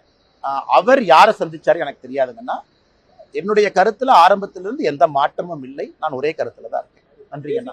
சிறப்பா இருக்கு. விரும்புறீங்களா? ஆனா தேசிய ஜனநாயக கூட்டணி பொறுத்தவரை வலிமையா இருக்கும்னு நினைக்கிறேன். இந்த எலெக்ஷன் ஒரு சாதாரண ஒரு எலெக்ஷன் கிடையாதுங்கன்னா, ஒரு மிக வித்தியாசமான ஒரு தேர்தல். 4 முனை போட்டி இருக்கக்கூடிய தேர்தல். தமிழகத்துல 4 முனை போட்டி பார்த்து ரொம்ப நாள் ஆச்சு. அண்ணன் சீமான் அவர்களும் தயவு செஞ்சு அப்படியே லைட்டா யாரும் எடை போட வேண்டாம். கொள்கைக்காக ஒரு மனிதன், அந்த கொள்கை எனக்கு பிடிக்குமோ பிடிக்காதோ அது ரெண்டாவதுங்கன்னா, கொள்கைக்காக ஒரு மனிதன் தனிந்து துணிச்சலா நின்றுகிட்டே இருக்காரு. கேண்டிடேட்டை போட்டுக்கிட்டே இருக்காரு. தேர்தலுக்கு தேர்தல் நிக்கிறாரு. லோக்சபா தேர்தலுக்கு அவருக்கும் அந்த கட்சிக்கும் தேர்தலுக்கு சம்பந்தமே இல்லைன்னா கூட 8% ஓட்டு வாங்கியிருக்காரு. அதுவும் ஒரு ஸ்ட்ராங் 4th ஃப்ரண்ட். விஜய் அவர்கள் ஸ்ட்ராங்கா அவங்களுக்கு களத்துல வந்திருக்கிறாங்க. எல்லா இடத்துலயும் தொண்டர்கள் இருக்கிறாங்க. அதே நேரத்தில் தேசிய ஜனநாயக கூட்டணியை பொறுத்தவரை அனுபவமும் இருக்கு, வலிமையும் இருக்கு, மோடி அவர்களுடைய ஆசீர்வாதமும் இருக்கு. மிக வலிமையான ஒரு கூட்டணி களத்தில் இருக்கு. திராவிட முன்னேற்ற கழகத்தையும் சாதாரண இடப்பட கூடாது. இந்தியாவில் இருக்கக்கூடிய பிராந்திய கட்சிகள்ல ஓல்டஸ்ட் பொலிட்டிக்கல் பார்ட்டி 1949 ஆரம்பிச்ச கட்சி, பல முறை வெற்றி தோல்விகளை பார்த்த கட்சி அவங்களும் இருக்கிறாங்க. ஸோ தமிழக மக்களை பொறுத்தவரை எப்பொழுதும் இல்லாத அளவுக்கு இந்த 4 முனை போட்டி என்பது வலிமையாக பலமான ஒரு போட்டி. அதனால் ஒரு ஓட்டு முக்கியம், ஒரு கட்சியும் முக்கியம். கூட்டணி வாய்ப்பு கிடைக்கும் பொழுதெல்லாம் பலப்படுத்தும். அதுக்காக கூட்டணி பலமா இல்லையா அப்படிங்கிற அர்த்தம் கிடையாது. இப்போ இந்தியன் கிரிக்கெட் டீம் மாதிரி நல்லா இருக்கு, ஒரு பெட்டர் பிளேயரா இருந்தால் அவங்களே 11க்குள்ள கொண்டு வாங்க. இல்ல கோலி மட்டும் இருக்காரு, ஜெயிச்சிடலாமா? சூப்பர், கோலி மட்டும் அடிச்சு ஜெயிப்பார். இருந்தாலும் நேற்று கோலி அவுட் ஆனதுக்கு அப்புறம் 4, 5, 6 3 விக்கெட் படப்படன்னு போச்சலாம் நான் நேற்று. அதனால நல்ல நல்ல பிளேயர் கிடைக்கும் பொழுது டீமை நம்ம ஸ்ட்ராங் பண்றதுக்காக அந்த டீம்ல வீக்கான பிளேயர்ஸ் இருக்கிறாங்கன்னு அர்த்தம் இல்லை. யாரெல்லாம் வலிமையா இருக்கிறாங்களோ எல்லாத்தையும் சேர்த்துக்கிட்டு முன்னாடி கொண்டு போகும் அப்படிங்கறத என்னுடைய கருத்து. அதை யாராச்சும் இல்ல இவங்க இருந்தனாலதான் இப்ப வலிமை இல்லாதனால உங்களை கொண்டு வரேன்னு சொல்றீங்களா? அப்படி இல்லை. எவ்வளவுக்கு எவ்வளவு வலிமையா இருக்கிறோமோ 4 முனை போட்டியில் அவ்வளவுக்கு எவ்வளவு எல்லாத்துக்கும் நல்லது.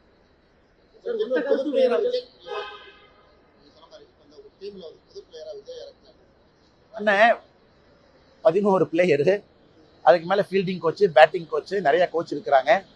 அந்த கோச் எல்லாம் சேர்ந்து தீர்மானிக்கணும். அப்புறம் ஸ்பெக்டேட்டர் இருக்கிறாங்க, ஸ்பெக்டேட்டருக்கு அது பிடிக்கணும். இந்த கிரிக்கெட்டுங்கிறது வெறும் 11 பிளேயர் ஆடிட்டு வந்தா மட்டும் அழகு இல்லைங்கண்ணா. அந்த 11 பேரை பாக்குறதுக்கு 1 லட்சம் பேர் போய் கை தட்டினா தான் அழகு. யாரு சேரணும், யாரு பிரியணும் அப்படிங்கறதெல்லாம் பொறுத்திருந்து பார்ப்போம். காலம் தான் பதில் சொல்லும். நன்றிங்க.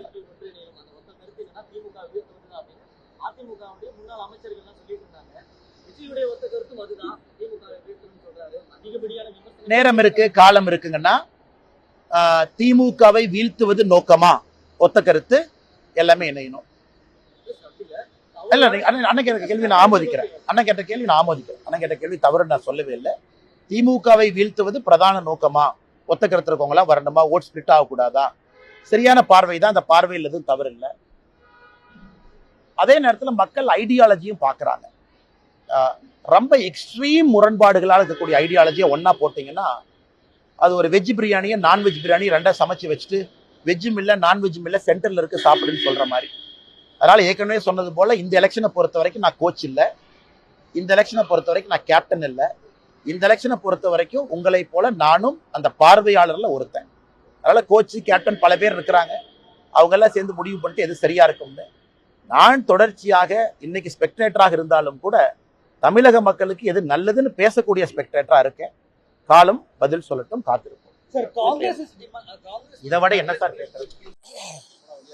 தமிழ் தரவுல வரக்கூடிய திமுக கூட்டணிக்கு முரசொலியா பிரச்சாரமா இருக்கும் அப்படின்னு சொல்லிட்டு கமல் பேசியிருக்காரு.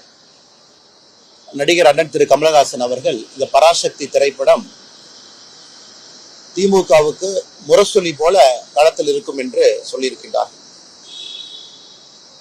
கமலஹாசன் ரொம்ப அருமையா சொல்லியிருக்காரு, நியாயமா பேசியிருக்காரு, கரெக்டா பேசியிருக்காரு. கண்டிப்பா அது திராவிட முன்னேற்ற கழகத்தினுடைய முரசொலி போல பராசக்தி களத்தில் இருக்கும். நான் அந்த கருத்தை ஏத்துக்கிறேன். ஏன்னா இந்த திரைப்படம் மிக அழகாக காங்கிரஸ் கட்சி தமிழக மக்களுக்கு செய்த துரோகத்தை 1950 நம்முடைய அரசியலமைப்பு சட்டம் வந்த பொழுது ஒரு மொழிகளும் எப்படி இருக்க வேண்டும் என்கின்ற வரைமுறை கொண்டு வந்திருந்தார். பேசக்கூடிய மொழி எது, அபிஷியல் லாங்குவேஜ் எது, கம்யூனிகேட்டிவ் லாங்குவேஜ் எது, மத்திய அரசுக்கும் மாநில அரசுக்கும். கொஞ்ச நாள் கழிச்சு லிங்க் லாங்குவேஜாக எது வரும் என்று காங்கிரஸ் 1950 தீர்மானிச்ச ஹிந்தி. அது 1965 ஹிந்தியை திணிக்க ஆரம்பித்து எல்லோரும் ஹிந்தி கற்றுக்கொள்ள வேண்டும் என்று காங்கிரஸ் கட்சி செய்த அடாவடித்தனத்தை மிக அற்புதமாக பராசக்தி படத்துல போட்டு காட்டியிருக்கிறாங்க. அதனால் பராசக்தி படத்தினுடைய மொத்த குழுவினருக்கும் என்னுடைய மனமார்ந்த வாழ்த்துக்கள். அக்கா சுதா கொங்கரா அவர்களுக்கு, அருமை சகோதரர் சிவ கார்த்திகேயன் அவர்களுக்கு என்னுடைய வாழ்த்துக்கள். தமிழக மக்களுக்கு மறுபடியும் ஒரு முறை இத்தனை ஆண்டுகள் கழித்து காங்கிரஸ் செய்த துரோகத்தை படம் பிடித்து காட்டியதற்கு. இதுல ஆச்சரியம் என்னன்னா திமுக காரன் கொண்டாடிட்டு இருக்கிறான். அதான் சந்தோஷமா இருக்கு. எங்க ஆப்பு வைக்கிறாங்க, நட்டுல வச்சாங்களா போல்ட்ல வச்சாங்களானே தெரியாது திமுக காரன். இந்த பராசக்தி படம் சூப்பரா இருக்கு, சூப்பரா இருக்கு. காங்கிரஸ் கட்சி எப்படி மக்கள் 2008 2009 இலங்கையில இனப்படுகொலைக்கு பிறகு மேலேயே வராம துரத்துனாங்களோ, காங்கிரஸோடு யாரெல்லாம் கூட்டணி வைக்கின்றார்களோ 2026 சட்டமன்ற தேர்தலில் பராசக்தி படம் திமுகவினுடைய முரசொலியாக அவர்களை அதே வீழ்த்தும். அதனாலதான் பேரு தீ பரவட்டம்னு அவங்களே வச்சுக்கிட்டாங்க. தீ வச்சிங்கன்னா முதல்ல வீட்டை தானே பிடிக்கும். வீட்டுக்குள்ள தீ வச்சா முதல்ல சொந்த வீட்டை பிடிக்கும், கூரையை பிடிக்கும், அந்த வீட்டுக்காரங்களை சுடும். அதனால இந்த பராசக்தி படம் முதல்ல திமுக என்கின்ற வீட்டை சுடட்டும், காங்கிரஸோடு கூட்டணியில யாரெல்லாம் இருக்கிறாங்களோ உங்க கூரையில தீ பரவட்டும். அதனால தீ பரவட்டும் நல்லா வச்சிருக்கிறாங்க. நான் இதுக்கு இன்னும் ஒரு வாரத்துல நம்முடைய முதலமைச்சர் இந்த படத்தை பார்த்துட்டு ரிவ்யூ போடுறதுக்காக வெயிட் பண்ணிட்டு இருக்கேன். நம்முடைய முதலமைச்சர் அவர்கள் வழக்கம் போல படத்தை பார்ப்பாங்க, கூட 4 பேர் உட்கார்ந்து இருப்பாங்க, கட்டி பிடிப்பாரு, முத்தம் கொடுப்பாரு, இதை பார்த்து கண் கலங்கிட்டேன், நெகிழ்ச்சி அடைஞ்சிட்டுன்னு சொல்லுவாரு. அந்த காட்சிக்காக பார்த்துக்கிட்டு இருக்கேன். அதனால நல்லா இருக்கட்டும், எல்லா மக்கள்லாம் போய் நல்லா பாருங்க. பார்த்துட்டு காங்கிரஸ் யாரோடு கூட்டணியில் இருக்கிறாங்களோ அந்த வாக்குச்சாவடி பக்கம் போய் ஓட்டு போடுறதுக்கே போயிடாது. ஏன்னா அவங்க என்னென்ன அநியாயம் செஞ்சாங்கன்னு அந்த படம் சொல்லுது. எல்லோரும் பார்க்க வேண்டிய திரைப்படம். ஏங்க வேலை இல்லாம 2 பேர் சுத்திட்டு இருக்கிறாங்க. அங்க பாத்தீங்கன்னா ஆதித்ய தாக்கரே, ராஜ் தாக்கரே, இவங்க எல்லாம் யாருங்க?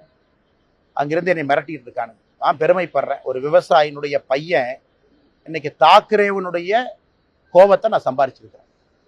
எனக்கே அது ஆச்சரியம் தான். எங்க அப்பா படிச்சது 10வது, அம்மா படிச்சது 6வது. எல்லாம் இத்தனை நாளா ஆடு மாடு தான் மேய்ச்சிட்டு இருந்தாங்க. இப்போ உடம்பு சரியில்லை, ஆடு மாடு மேய்க்கிறதுல அந்த ஆடு மாட்டை நான் மேய்க்கிறேன். இன்னைக்கு தாக்கரே நேற்று கூட்டம் போட்டு ஆயிரக்கணக்கான நபர்களை போட்டு அந்த ராஜ் தாக்கரே, உத்தவ் தாக்கரே, ஆதித்ய தாக்கரே மேடை போட்டு என்னை அங்கிருந்து திட்டுறானுங்க. அந்த அளவுக்கு நான் வளர்ந்துட்டேன்னா, அந்த அளவுக்கு ஒரு விவசாயினுடைய பையன் இன்னைக்கு மும்பையில் அவனுக்கு கூட்டம் போட்டு திட்டுற அளவுக்கு நான் உயர்ந்துட்டேனான்னு தெரியல. அதனால இந்த பாலா சாஹேப் தாக்கரே அவர்கள் மீது மிகப்பெரிய மரியாதை நான் வைத்திருக்கின்றேன். பாரதிய ஜனதா கட்சியில் நம்முடைய அலுவலகத்தில் நான் மாநில தலைவராக பணியாற்றிய பொழுது 2 பேர்த்தோட புகைப்படம் என்னுடைய இதில் இருக்கு. ஒன்று சத்ரபதி சிவாஜி அவர்கள், மற்றொன்று மகாகவி பாரதி அவர்கள், திருவள்ளுவர் எல்லாமே வச்சிருக்காங்க. அதனால இவனுக்கு இந்த மிரட்டல் போட்டு இந்த சிவசேனா, இன்னைக்கு தாக்கரேவோட சிவசேனா அவங்களுடைய பத்திரிகை நம்ம முரசொலி மாதிரி சாம்லான்னு ஒன்று வச்சிருக்கானுங்க. அதில் எழுதியிருக்கானுங்க, மும்பைக்குள்ள வந்தால் என் காலை வெட்டுவேன், இங்க் அடிப்பேன். நான் மும்பைக்கு வரத்தான் போறேன், நீ இங்க் அடிச்சு பாரு, காலை வெட்டி பாரு, அதான் 2 பார்த்துடலாம். அதனால இந்த மிரட்டல் உருட்டுருக்குலாம் நான் பயந்துருந்தா ஊரில் உட்காந்து என் கிராமத்துக்குள்ள சொந்த ஊர்ல தான் இருக்கணும். 2வது, இன்னைக்கு பாரத பிரதமர் நரேந்திர மோடி அவர்கள் இந்தியாவுடைய தலைவர் நான் சொல்லும் பொழுது அவர் குஜராத்தி இல்லைன்னு ஆயிருமா? அதே போல காமராஜர் ஐயா அவர்கள் இந்தியாவுடைய மாபெரும் தலைவர் நான் சொல்லும் பொழுது அவர் தமிழர் இல்லை என்று ஆகிவிடுமா? இன்னைக்கு மும்பை உலகத்தினுடைய தலைநகரம் என்று சொல்லும் பொழுது அது மராட்டியர்களால் கட்டிய நகரம் இல்லைன்னு ஆயிருமா? அது மும்பை அங்க இருக்கக்கூடிய மராட்டி சகோதர சகோதரர்களுடைய உழைப்பால் உயர்ந்த நகரம் இல்லைன்னு ஆயிருமா?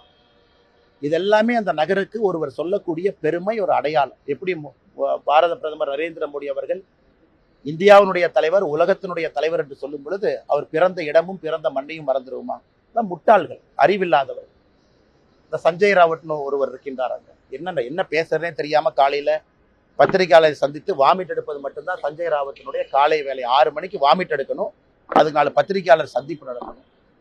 இன்னைக்கு 3 தாக்கரே கூட்டம் போட்டு மிரட்டிட்டு இருக்காரு. என்னை பத்தி நீ அவமானப்படுத்துறது எனக்கு ஒன்றும் புதுசு இல்லை. தமிழ்நாட்டில் டிஎம்கே அதைத்தான் காலங்காலமா செய்யறாங்க. ஆனா தமிழர்களையே அவமானப்படுத்துறாங்க.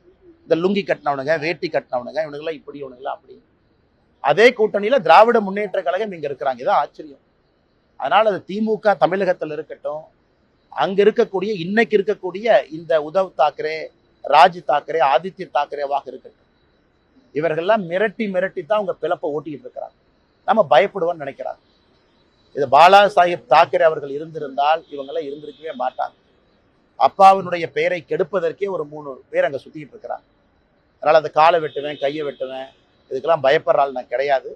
அதே நேரத்தில் ஒரு விவசாயினுடைய மகன், கிராமத்திலிருந்து வந்திருக்கக்கூடிய நான் தாக்கரே மீட்டிங் போட்டு லட்சக்கணக்கான ஆளை போட்டு ஸ்டேஜில் நீ திட்டுற அளவுக்கு வளர்ந்துட்டேன்னு நினைக்கும் பொழுதும் கூட அந்த பாரதிய ஜனதா கட்சி தான் அந்த வாய்ப்பையும் எனக்கு கொடுத்துருக்குன்னு நினைச்சு நான் பெருமையும் அடையும். சார், இன்னைக்கு தாவேக தலைவர் விஜய் சிபிஐ விசாரணைக்கு டெல்லிக்கு போறாரு. இது அரசியல் களத்தில் என்ன தாக்கத்தை ஏற்படுத்தும் நினைக்கிறீங்க? தெரியலீங்கன்னா சிபிஐ வந்து விசாரணை கூப்பிடுறாங்க. திரு விஜய் அவர்கள் விசாரணைக்கு போயிருக்கிறாங்க, சம்மன் கொடுத்துருக்குறாங்க. போய் எல்லாருமே அவங்க கருத்தை சொல்ல போறாங்க. ஒரு சம்மன் கொடுக்கறனால யாரும் குற்றவாளி ஆக போவது கிடையாது. நமக்கு சம்மன் கொடுக்குறாங்க, போறோம், சில வழக்குகளை பேசிட்டு வர்றோம், அதெல்லாம் ஓகேங்கண்ணா. அதனால் முறைப்படி சம்மனுக்கு முறைப்படி அவங்க ஆஜராகிறாங்க. இதுல நான் எதுவும் உள்ள போந்து நான் கருத்து சொல்ல விரும்பல. அதனால் நல்லபடியா போயிட்டு வரட்டுங்கண்ணா. இடி, சிபிஐ, இன்கம் டாக்ஸ் டிபார்ட்மெண்ட் இதை தொடர்ந்து இந்த சென்சார் போர்டும் இப்போ பிஜேபியோட கைப்பாக செயல்படுத்துது. ஜனநாயக விஷயத்துல எம்.கே. ஸ்டாலின் அவர்களுடைய ட்வீட் அண்ணா, என்னை கேட்டீங்கன்னா நானும் ஜனநாயகனுடைய படத்திற்காக எதிர்பார்த்து காத்திருந்த நிறைய ரசிகர்கள்ல நானும் ஒருவன் தான். நல்ல திரைப்படம், நல்ல நடிகர்கள் நடிக்கும் பொழுது சமீப காலமா நானும் நிறைய திரைப்படத்தை பார்க்கின்றேன், கருத்து சொல்றேன், பேசுறேன். ஏன்னா ஒரு திரைப்படம் என்பது ஒரு வெறும் நடிகர் மட்டும் உருவாக்கக்கூடிய ஒரு விஷயம் கிடையாது. லட்சக்கணக்கான நபர்கள் பின்னாடி இருக்கிறாங்க, எல்லாரும் சேர்ந்து பண்றாங்க. ஆனால் ஜனநாயகத்தை பொறுத்தவரை அது சிபிஎஃப்சி அவங்க ஏதோ சொல்றாங்க, இது ஏதோ எடிட்டிங் பண்ணும், கட்டிங் பண்ணும், அது இதுன்னு ஸ்கிரீனிங் கமிட்டி, அது ஏதோ தேவையில்லாத எங்கெங்கயோ போயிட்டு இருக்குங்கண்ணா. ஆனால் நானும் உங்களை போன்ற ஒரு சாதாரண மனிதராகத்தான் இந்த சிபிஎஃப்சி, இந்த ஜனநாயகன் படக்குழு, ப்ரொடியூசர் அவங்கள நான் பார்த்துட்டு இருக்கேன். ஆனால் இந்தியாவில் எப்பொழுதுமே கோர்ட் இருக்கு, அப்பீல் மெக்கானிசம் இருக்கு, பல வழிமுறைகள் இருக்கு, எல்லாமே இருக்கு. ஆனால் நான் இதை வந்து இப்படி பண்ணிட்டாங்க அப்படி பண்ணிட்டாங்க, இது எல்லா திரைப்படமும் அது கடந்து வர்ற பாதை தான். சில திரைப்படத்தை வரும்போது இவ்வளோ கட் பண்ணுங்க, யூபைஏவை யூவா வச்சுக்கலாம் சொல்றாங்க. என்னை கேட்டீங்கன்னா நானும் நிறைய பேர்த்த போல ஜனநாயகம் படத்துக்காக காத்திருக்கக்கூடிய ஒரு மனிதனாகத்தான் நானும் இருக்கேன். படத்தை பார்க்காம எது தப்பு சரின்னு அப்படி சொல்ல முடியும்? பராசக்தியை பத்தி நீங்க கேட்டீங்க, நான் கருத்தை சொல்லிட்டேன். நல்ல படம், நல்ல ஒரு முக்கியமான கருத்து சொல்லியிருக்கிறாங்க. அதை வந்து திமுகவும் காங்கிரஸ்காரங்களும் கட்டாயமா பார்க்கணுங்கிற என் கருத்தை சொல்லிட்டேன். அதனால ஜனநாயகம் படம் வெளியிடும் பொழுது நிச்சயமா அதை பார்த்துட்டு நான் சொல்றேங்கன்னா, அதுவரை நிறைய விஜய் ரசிகர்கள், நிறைய சினிமா படத்தினுடைய ரசிகர்கள், நல்ல சினிமா வேண்டும் என்று நினைக்கக்கூடிய மனிதர்களைப் போல நானும் அந்த படம் வரட்டும் என்று காத்துக்கொண்டேன். தமிழக சட்டமன்றத்தை திமுக செயல்பாடு எவ்வளவு மாற்று போடுது? ஆனா ஒரு ஆட்சி என்று சொல்லும் பொழுது நிறை குறை என்று சொல்வார்கள். நிறையும் குறையும் 50-50% இருந்தா ஓகே அப்படி. ஆனா ஜனநாயகம் எல்லா மக்களுடைய எதிர்பார்ப்புகளையும் பூர்த்தி செய்ய முடியாது. குறைகள் அதிகமாகவும் நிறைகள் மிக மிக குறைவாகவும் இருக்கக்கூடிய ஆட்சியாகத்தான் நான் பார்க்கிறேன். ஆனா ட்ரூ டெஸ்ட் என்பது வருகின்ற சட்டப்பேரவை தேர்தலில் மக்கள் தான் எஜமான்கள். அந்த எஜமான்கள் இவிஎம் மிஷின்ல அவங்க போய் முடிவு செய்வாங்க. அதனால எஜமான்கள் போடக்கூடிய மார்க்குக்காக காத்திருப்போம். நிறைய குறைகளும் கொஞ்சம் நிறைகளும் இருக்கக்கூடிய ஆட்சியாகத்தான் இந்த 4.5 ஆண்டு கால திராவிட முன்னேற்ற கழகத்தினுடைய ஆட்சி நான் பார்க்கிறேன். ஆனா மார்க்கு போட தகுதியானவங்க நம்முடைய எஜமான்கள் மக்கள். என்னை போன மனிதர்கள்லாம் மார்க் போட்டா அது சரியா இருக்காதுங்க.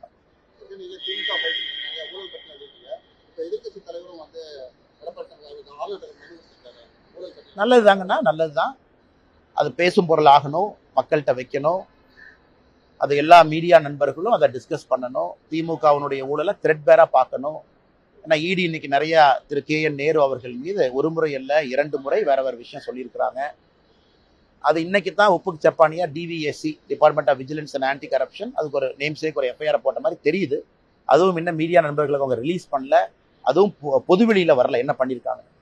அதனால மக்கள் இதெல்லாம் பார்த்துக்கிட்டு இருக்காங்க. ஏன்னா பல்வேறு அமைப்புகள் வெளியிருந்து சாதாரண நபர்கள் எல்லாருமே இன்னைக்கு ஊழலை பத்தி பேசுறாங்க.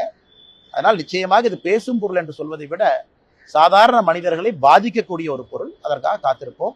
மக்கள் என்ன சொல்றாங்க, மக்கள் எப்படி இதை பார்க்கறாங்கன்னு. என்னை பொறுத்தவரை ஊழல் என்பது சாதாரண மனிதனுடைய நார்மல் வாழ்க்கையை தொட ஆரம்பிச்சிருச்சு. அதனால் நிச்சயமாக அது இவிஎம் மிஷின்ல அவங்களுடைய கருத்தை அவங்க தெரிவிப்பாங்க. தேசிய ஜனநாயக கூட்டணியில டிடிவி தினகரன், OPS இருவரையும் கொண்டு வரணும்னு நீங்க ரொம்ப முயற்சி பண்ணியிருக்கீங்க. 2-3 நிலையங்களுக்கு முன்பாக டிடிவி தினகரன் அமித்ஷா சந்தித்ததா தகவல் இருக்கு. தேசிய ஜனநாயக கூட்டணியில இணையத்துக்கு சம்மதிச்சிட்டாருன்னு ஒரு தகவல். ஆனா எனக்கு தெரியாது, நான் டிடிவி என்ன சந்திச்சேனான்னு நீங்க கேட்டீங்கன்னா நான் பதில் சொல்லுவேன். அவர் யாரை சந்திச்சாரு எனக்கு தெரியாதுங்கன்னா. என்னுடைய கருத்துல ஆரம்பத்திலிருந்து எந்த மாற்றமும் இல்லை. நான் ஒரே கருத்துல தான் இருக்கேன். நன்றிங்கண்ணா. ஆனா தேசிய ஜனநாயக கூட்டணி பொறுத்தவரை வலிமையா இருக்கும்னு நினைக்கிறேன். இந்த எலெக்ஷன் வந்து ஒரு சாதாரண ஒரு எலெக்ஷன் கிடையாதுங்கன்னா. ஒரு மிக வித்தியாசமான ஒரு தேர்தல். 4 முனை போட்டி இருக்கக்கூடிய தேர்தல். தமிழகத்துல 4 முனை போட்டி பார்த்து ரொம்ப நாள் ஆச்சு. அண்ணன் சீமான் அவர்களும் தயவு செஞ்சு அப்படியே லைட்டா யாரும் எடை போட வேண்டாம். கொள்கைக்காக ஒரு மனிதன், அந்த கொள்கை எனக்கு பிடிக்குமோ பிடிக்காதோ அது ரெண்டாவதுங்கன்னா, கொள்கைக்காக ஒரு மனிதன் தனிந்து துணிச்சலா நின்றுகிட்டே இருக்காரு. கேண்டிடேட்டை போட்டுக்கிட்டே இருக்காரு. தேர்தலுக்கு தேர்தல் நிக்கிறாரு. லோக்சபா தேர்தலுக்கு அவருக்கும் அந்த கட்சிக்கும் தேர்தலுக்கு சம்பந்தமே இல்லைன்னா கூட 8% ஓட்டு வாங்கியிருக்காரு. அதுவும் ஒரு ஸ்ட்ராங் 4th ஃப்ரண்ட். விஜய் அவர்கள் ஸ்ட்ராங்கா அவங்களுக்கு களத்துல வந்திருக்கிறாங்க. எல்லா இடத்துலயும் தொண்டர்கள் இருக்கிறாங்க. அதே நேரத்தில் தேசிய ஜனநாயக கூட்டணியை பொறுத்தவரை அனுபவமும் இருக்கு, வலிமையும் இருக்கு, மோடி அவர்களுடைய ஆசீர்வாதமும் இருக்கு. மிக வலிமையான ஒரு கூட்டணி களத்தில் இருக்கு. திராவிட முன்னேற்ற கழகத்தையும் சாதாரண இடப்பட கூடாது. இந்தியாவில் இருக்கக்கூடிய பிராந்திய கட்சிகள்ல ஓல்டஸ்ட் பொலிட்டிக்கல் பார்ட்டி, 1949 ஆரம்பிச்ச கட்சி, பலமுறை வெற்றி தோல்விகளை பார்த்த கட்சி அவங்களும் இருக்கிறாங்க. ஸோ தமிழக மக்களை பொறுத்தவரை எப்பொழுதும் இல்லாத அளவுக்கு இந்த 4 முனை போட்டி என்பது வலிமையாக பலமான ஒரு போட்டி. அதனால் ஒரு ஓட்டு முக்கியம், ஒரு கட்சியும் முக்கியம். கூட்டணி வாய்ப்பு கிடைக்கும் பொழுதெல்லாம் பலப்படுத்தும். அதுக்காக கூட்டணி பலமா இல்லையா அப்படிங்கிற அர்த்தம் கிடையாது. இப்போ இந்தியன் கிரிக்கெட் டீம் மாதிரி நல்லா இருக்கு, ஒரு பெட்டர் பிளேயரா இருந்தால் அவங்களே 11க்குள்ள கொண்டு வாங்க. இல்லை கோலி மட்டும் இருக்காரு, ஜெயிச்சிடலாமா? சூப்பர், கோலி மட்டும் அடிச்சு ஜெயிப்பார். இருந்தாலும் நேற்று கோலி அவுட் ஆனதுக்கு அப்புறம் 4, 5, 6, 3 விக்கெட் படப்படன்னு போச்சலாம் நான் நேற்று. அதனால் நல்ல நல்ல பிளேயர் கிடைக்கும் பொழுது டீமை நம்ம ஸ்ட்ராங் பண்றதுக்காக அந்த டீம்ல வீக்கான பிளேயர்ஸ் இருக்கிறாங்கன்னு அர்த்தம் இல்லை. யாரெல்லாம் வலிமையா இருக்கிறாங்களோ எல்லாத்தையும் சேர்த்துக்கிட்டு முன்னாடி கொண்டு போகும் அப்படிங்கறத என்னுடைய கருத்து. அதை யாராச்சும் இல்லை இவங்க இருந்தனாலதான் இப்ப வலிமை இல்லாதனால உங்களை கொண்டு வரேன்னு சொல்றீங்களா? அப்படி இல்லை. எவ்வளவுக்கு எவ்வளவு வலிமையா இருக்கிறோமோ 4 முனை போட்டியில் அவ்வளவுக்கு எவ்வளவு எல்லாத்துக்கும் நல்லது.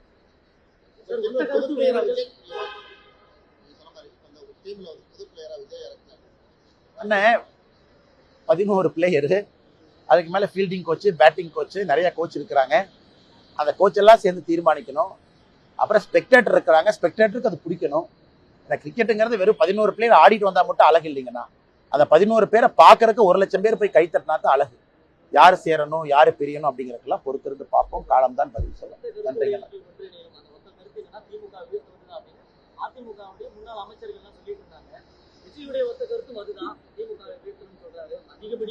நேரம் இருக்கு, காலம் இருக்குங்கன்னா திமுகவை வீழ்த்துவது நோக்கமா?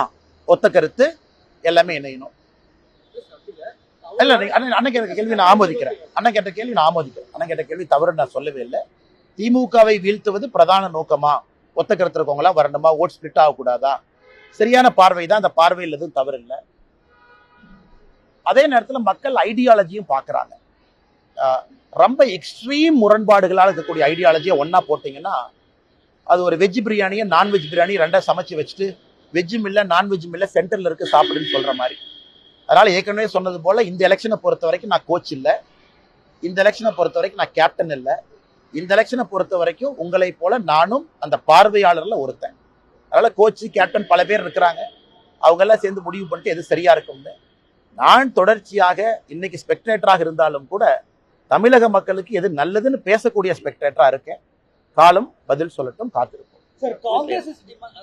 இதை விட என்ன சார் பேசுறது? குறைந்த விலை, நிறைந்த தரம், தங்கள் தேவைகள் அனைத்தும் ஒரே இடத்தில். ஜெயச்சந்திரன். உங்க toilet cleaner bison toilet cleaner குவாலிட்டியை விட பெட்டர்னு நிரூபிச்சா உங்க மொத்த பணமும் ரீஃபண்ட். பைசன் டாய்லெட் கிளீனர் இப்போது 79 ரூபாயில்.